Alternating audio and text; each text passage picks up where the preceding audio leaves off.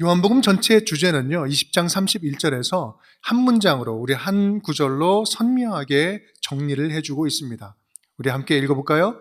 오직 이것을 기록함은 너희로 예수께서 하나님의 아들 그리스도이심을 믿게 하려 하며 또 너희로 믿고 그 이름을 힘입어 생명을 얻게 하려 함이라. 아멘. 예수님을 믿게 하는 것이고 그래서 생명을 얻게 하는 것, 이것이 요한복음을 쓴 목적이라고 선명하게 밝히고 있습니다. 그래서 요한복음을 우리는 가장 영적인 복음서다라고 하기도 하고, 또 처음 예수를 믿는 분들에게 영적인 차원, 또 다른 차원을 소개하기 위해서 가장 먼저 읽도록 소개하는 책이 또 요한복음이기도 합니다. 요한복음은 다른 세 공관복음과는 좀 다른 특징들이 참 많이 있는데, 그 가운데서 오늘 해당되는 특징 하나만 좀 이야기를 하자면, 그것은 다른 복음서와는 달리 세례 요한에 대한 언급이 굉장히 구체적이고 길게 나오고 있다는 점이에요. 세례 요한을 많이 강조하고 있습니다.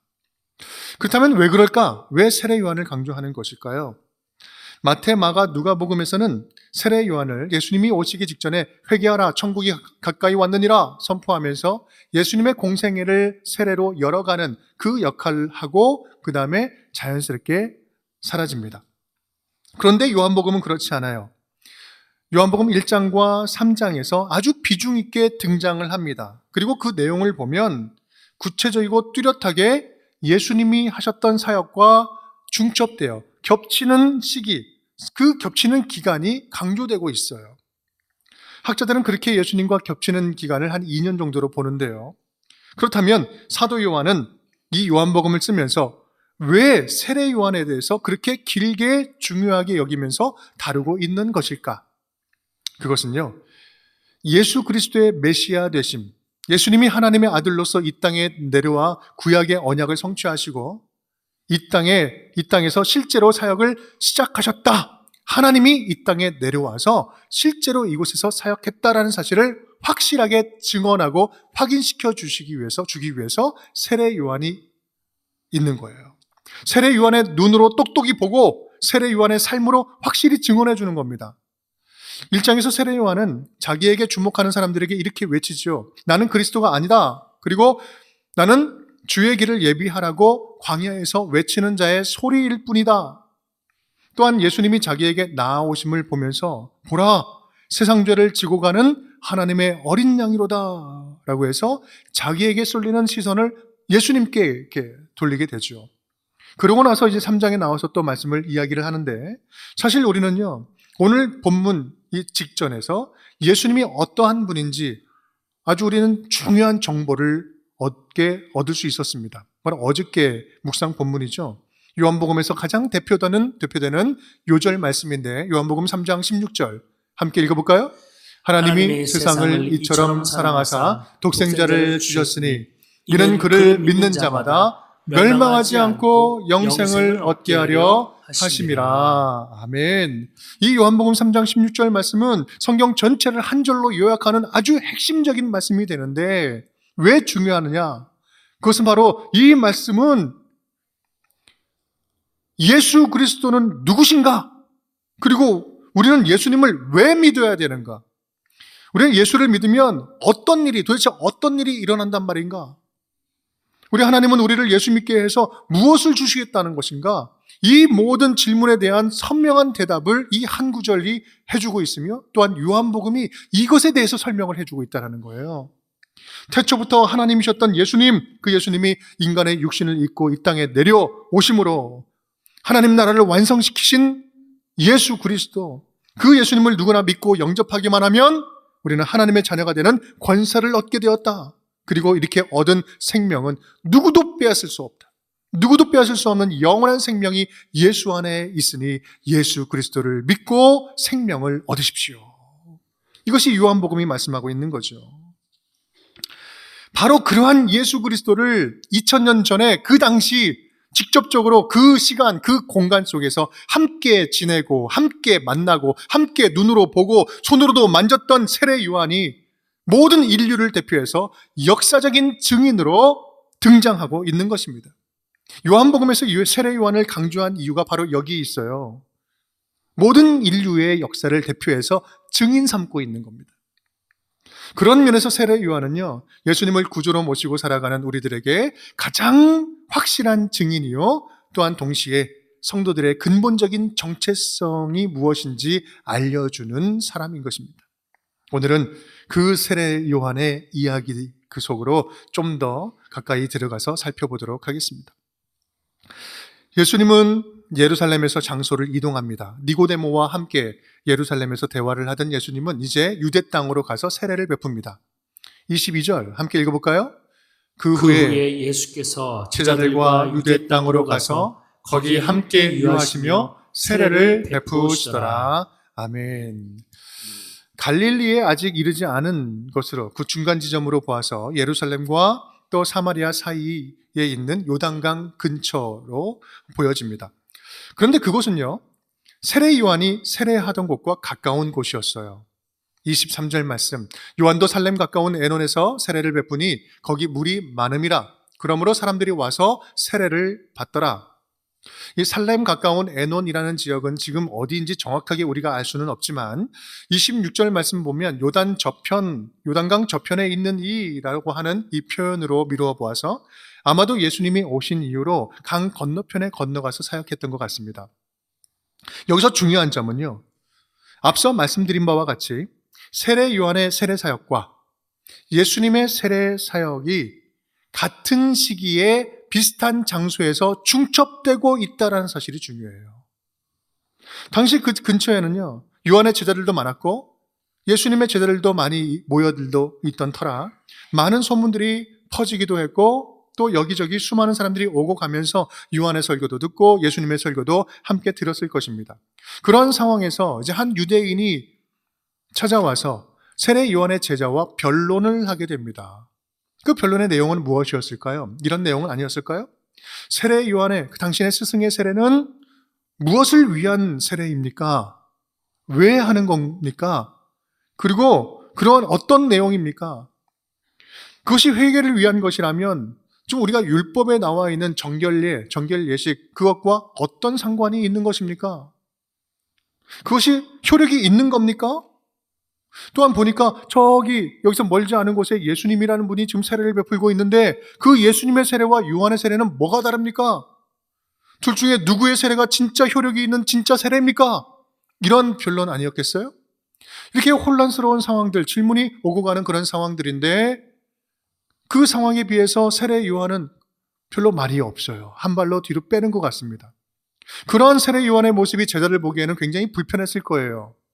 그래서 26절 말씀 보면 이제 급기야 이렇게 이야기를 합니다. 그들이 요한에게 가서 이르되 라삐어 선생님과 함께 요단강 저편에 있던 이 곧 선생님이 증언하시던 이가 세례를 베풀매 사람이 다 그에게로 가더이다. 여러분 좀 보시기에 이 말의 뉘앙스가 어떻게 느껴지십니까? 좀 마음 편해 보이세요? 아니요, 좀 불편해 보이죠? 좀 불쾌해 보입니다. 질투하고 있는 것이 분명해 보여요. 아닌 게 아니라 요한의 열심히 있는 제자들은요, 언제부턴지 예수님을 경쟁자처럼 생각하고 있었던 것 같아요. 좀 속되게 비유하자면요, 우리가 소머리 국밥집 원조집인데 다른 원조집이 갑자기 푹 세웠는데 거기에 사람들이 막 몰려가는 거예요. 손님 다 뺏어가는 거예요. 실제로 곤지암에 가보니까 원조만 달려있는 집이 괭 다 있더라고요. 한 20집이 넘더라고요. 진짜 세례는 우리 스승인 요한으로부터 시작했는데 예수란 분이 나타나서 세례를 주기 시작하니까 사람들이 그쪽으로 다 몰려가요. 선생님, 도대체 좀 어떤 일입니까? 말씀 좀 해보세요. 라고 하는 거예요. 그때 세례 요한이 분명하게 자기의 입장을 다시 밝히죠. 27절, 28절. 요한이 대답하여 이르되 만일 하늘에서 주신 바가 아니면 사람이 아무것도 받을 수 없느니라. 내가 말한 바 나는 그리스도가 아니요 그의 앞에 보내심을 받은 자라고 한 것을 증언할 자는 바로 너희들이다. 예수님이 베풀어 주시는 이 세례는 하늘에서 내려온 진짜다. 쉽게 말해서 거기가 진짜 원조다. 이야기하는 거예요. 나는 그 예수님을 증언하기 위해서 보냄받은 증인일 뿐이다. 나는 예수님을 이 세상에 드러나게 하고 빛나게 하고 출현시키고 조용히 말도 없이 사라지는 영원한 조연일 뿐이다 라고 이야기하는 거죠. 그러면서 이어서 사명 선언문처럼 위대한 고백을 합니다. 29절 30절 우리 함께 읽겠습니다. 신부를 취하는 자는 신랑이나 서서 신랑의 음성을 듣는 친구가 크게 기뻐하나니 나는 이러한 기쁨으로 충만하였노라. 그는 흥하여야 하겠고 나는 쇠하여야 하리라 하니라. 아멘. 여러분, 누가 먼저인가? 누가 더 빨리 해야 되는가? 누가 원조인가? 누가 더 높고 드러나는 자리에 앉아야 하는가? 거기에 목숨 거는 우리들에게 있어서는요, 우리 인간들에게 있어서는요, 이 세례 요한의 이 이야기, 이 고백은 놀라운 고백이 아닐 수 없어요. 나는 없어지고 나는 사라진다 할지라도 예수님만 드러나면 된다라는 거죠. 나는 조용히 잊혀지고 사라질지라도 나를 통해서 예수님만 드러날 수 있다면, 예수님만 증거될 수 있다면 나는 그것이야말로 내 인생에 있어서 가장 영광스러운 일이다. 내가 낮아질지라도 예수님이 높아지고 나는 완전히 새까맣게 잊혀질지라도 예수님만 선명하게 기억된다면 그것이야말로 나의 진정한 기쁨입니다. 그는 흥하여야 하겠고 나는 쇠하여야 하리라. 여러분, 그렇습니다. 세례 요한에게는요, 역설적인 기쁨이 있었어요. 역설적인 기쁨. 그에게는 세 가지 역설적인 기쁨을 알았던 사람이었습니다. 첫 번째, 따라하겠습니다. 그는 빼앗기는 기쁨을 알았습니다. 그는 빼앗기는 기쁨을 알았습니다. 여러분 한번 보세요. 예수님이 요한이 있는 곳에 가까이 와서 세례 사역을 시작합니다. 세상 논리로 보면요, 세례 요한의 구역에 침범해 들어온 거예요. 거기서 세례를 줍니다. 그런데요, 또 엄밀히 말하면 예수님이 직접 세례를 준 것이 아니에요. 제자들로 하여금 세례를 주게 했습니다. 요한복음은 이 부분에 있어서 아주 선명하게 명시하고 있습니다. 예수께서 친히 세례를 베푸신 것이 아니요 제자들이 베푼 것이라. 그렇다면 지금 이게 어떤 시츄에이션일까요? 좀 안 좋게 보면요, 세례 요한의 구역에 무단 침범에 들어와서 자기 제자들과 세례 요한을 경쟁시키고 있는 거예요. 그러면서 사람도 빼앗아가고 인기도 빼앗아가고 영적인 권위도 빼앗아가요. 인간적으로 볼 때는요, 충분히 기분 나쁘고 불쾌한 상황 아니겠어요? 그런데 세례 요한은요, 그런 일로 결코 마음이 빼앗기지 않아요. 기분 나빠하지 않습니다. 예수님이 자기의 모든 것을 빼앗아 가시는데 그 빼앗아 가시는 것을 오히려 즐기고 있는 것 같아요. 쉽게 말해서 빼앗기는 기쁨을 빼앗기지 않으려 하고 있습니다. 더 엄밀히 말하면 세례 요한은 주도권을 그냥 완전히 빼앗긴 것이 아닙니다. 그것은 기쁨으로 주도권 자리를, 모든 자리를 주님께 내어 드리고 있는 것이었죠. 그렇게 내어드리는 이 순간을 위해서 세례 요한은 30년을 기다려 왔던 것이죠. 이런 고백이죠. 주님 때문에 빼앗기고 내가 손해보는 것이라면 얼마든지 손해보겠습니다. 얼마든지 빼앗기겠습니다. 다 가져가셔도 좋습니다. 왜냐하면 내가 빼앗긴 그 자리에서 주님은 새 일을 행하시기 때문에 그렇습니다. 내가 빼앗긴 그 자리에서 주님은 생명을 살리는 주의 거룩한 일을 주님께서 하실 것이기 때문에 그렇습니다. 나에게서 가져가신 분은 나로 하여금 그냥 소멸시키는 것이 아니라 더 풍성한 은혜를 그 자리에 채워주시는 분인 줄 믿습니다.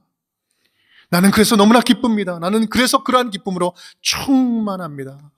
모든 주도권을 주님께 내어드리는 기쁨이 세례 요한에게 있었습니다. 두 번째입니다. 따라하겠습니다. 그는 비워지는 기쁨을 알았습니다. 그는 비워지는 기쁨을 알았습니다. 우리 1장 35절, 37절 말씀을 한번 읽어볼까요? 또 이튿날 요한이 자기 제자 중 두 사람과 함께 섰다가 예수께서 거니심을 보고 말하되 보라, 하나님의 어린 양이로다. 두 제자가 그의 말을 듣고 예수를 따르거늘. 아멘. 지금 3절 말씀인데요. 지금 어떤 일이 일어나고 있습니까? 이 모습도 인간적인 관점으로 보면 굉장히 속상한 모습입니다. 한순간에 제자를 빼앗기는 장면이에요. 같이 있다가 예수님의 하나님의 어린 양이다 하니까 같이 있던 제자가 예수님에게 가서 제자가 되는 거예요. 스승을 존경하면서 충성스럽게 따르던 사람이 갑자기 한순간에 다른 사람의 제자가 되어 여러분, 배신감도 그런 배신감이 어디 있겠습니까? 차라리 처음부터 없었으면 모르는데 있다가 떠나간 그 자리는 얼마나 그 텅 빈 자리, 그 자리가 커 보이겠어요. 그런데 세례 요한은요, 비워지는 것을 예상한 듯이 받아들입니다. 제자들을 순순히 가도록 합니다. 보냅니다. 오히려 가라고 마음속으로 떠밀고 있는 것 같아요. 그런 처음부터 그렇게 완전히 자기가 비워질 줄을 알고 광야에서부터 비움의 삶을 훈련한 것은 아니겠습니까? 낙타 털옷을 입고 메뚜기와 석청을 먹으면서 광야에서 비움의 삶을 살았어요. 그 광야에서 무엇을 배웠겠어요? 성령께서 함께 하시니라. 성령께서 채워주시는 그 은혜로 살아가는 법을 배우지 않았겠습니까? 세 번째, 따라하겠습니다. 그는 잊혀지는 기쁨을 알았습니다. 그는 잊혀지는 기쁨을 알았습니다. 세 번째, 그의 역설적인 기쁨은요, 가장 받아들이기 힘든 그 기쁨이에요. 역설이에요. 왜냐하면 누군가에게 잊혀지는 존재가 되는 것처럼 고통스럽고 슬픈 일은 없기 때문에 그렇습니다. 그런데요, 세례 요한은 오히려 나는 그렇게 완전히 사라져야 되는 존재다. 나는 완전히 없어져야 된다라고 오늘 외치고 있어요. 그는 흥하여야 하겠고 나는 쇠하여 흔적도 없이 사라져야 하리라. 여러분, 이게 말이 됩니까? 그런데 말이 된대요. 왜요? 바로 예수 그리스도를 위해서 하기 때문에, 예수 그리스도를 드러내는 일이기 때문에 가능하다는 말씀이에요. 그리고 그래야 마땅하다는 말씀이에요. 나는 무대 뒤로 사라질 테니 이제부터는 여러분은 예수님께만 집중하십시오. 나는 기억하지 마십시오. 예수님만 믿으십시오. 예수님을 소개하고 있는 거예요. 내가 죽어야 내 안에 있는 예수 그리스도께서 살아나는 것이고, 내가 죽어야 교회가 살아나는 거 아니에요? 이게 바로 아사 교회생 아닙니까? 실제로 요한복음의 저자는요, 이 세례 요한의 선포 이후로 세례 요한을 보여주지 않아요. 잊혀진 존재로 아름답게 퇴장시킵니다. 그런데 여러분, 실제로 세례 요한이 어떻게 됐습니까? 아름답게 퇴장시켰다고 해가지고 어떤 사람도 기억 못하는 사람이 되었습니까? 아니요. 세례 요한이 이름도 없고 빛도 없이 완전히 사라져버리고 완전히 잊혀진 존재가 되었습니까? 아니요. 성경의 무대 뒤편으로 사라진 세례 요한은요, 이후로 예수 그리스도의 복음이 전파되는 그 현장마다 2000년 동안 멈추지 아니하고 그 이름이 살아 꿈틀거리는 이름이 되었어요. 세상은 그를 참수하고 죽이고 무시하고 잊혀진 존재로 거들떠보지도 않을지라도 우리 아버지 하나님은요, 세례 요한을 예수 그리스도 오실 길을 예비한 가장 믿음직한 증인이요, 위대한 선지자로 영원히 기억해 주시고 바위에 철필로 새겨주시 생명책에 기록해 주셨다는 말씀이에요. 그러니 예수님 때문이라면, 예수님을 영광시켜 예수님을 드러내는 일이라면 세상에서 손해보기를 두려워하지 말자. 그러니 주의 선한 일을 하다가, 주님 맡겨주신 일을 하다가 낙심하지 말자. 때가 이름에 거두리라. 그러니 인정받지 못한다고, 칭찬받지 못한다고 주님 맡겨주신 일을 하다가 포기해버리지 말자. 우리 아버지 하나님께서 영원히 기억해 주실 것을 믿고 하나님의 자녀답게 살다가 조용히 사라지는 것을 두려워하지 말자. 조용히 섬기다가 말없이 사라지는 기쁨을 너희도 알았으면 좋겠다. 저는 우리 교회 사역 가운데 가장 자랑스럽게 생각하는 사역이 있습니다. 자랑스러운 사역이 참 많이 있는데요, 그 가운데 작년부터 시작한 거예요. 왼손 구출 헌금, 이것이 너무 자랑스러워요. 이 헌금은 불특정 다수 우리 성도님들의 마음이 모아져서 십시일반 모아서 차곡차곡 쌓이는 헌금입니다. 1,000원, 2,000원, 또 때로는 작정한 금액을 성도님들이 꾸준히 모아주고 계시는데요, 작년 6월부터 모으기 시작했는데 이 헌금의 특징은 이름을 적지 않는 거죠. 누구도 몰라요. 근데 누가 아세요? 주님은 아세요. 하나님과 나만, 우리만 아는 거죠. 지난주까지 2,489만 원이 모아졌습니다. 한 2,500만 원 됐죠. 작년에 이것을 시작하면서 우리가 한 명을 구출했잖아요. 그 자매 구출한 이후로 시작을 해서 이번 달에 올해는 지금 여러분 모아주신 이 금액에서 우리 북한의 지하교회 리더십들이에요.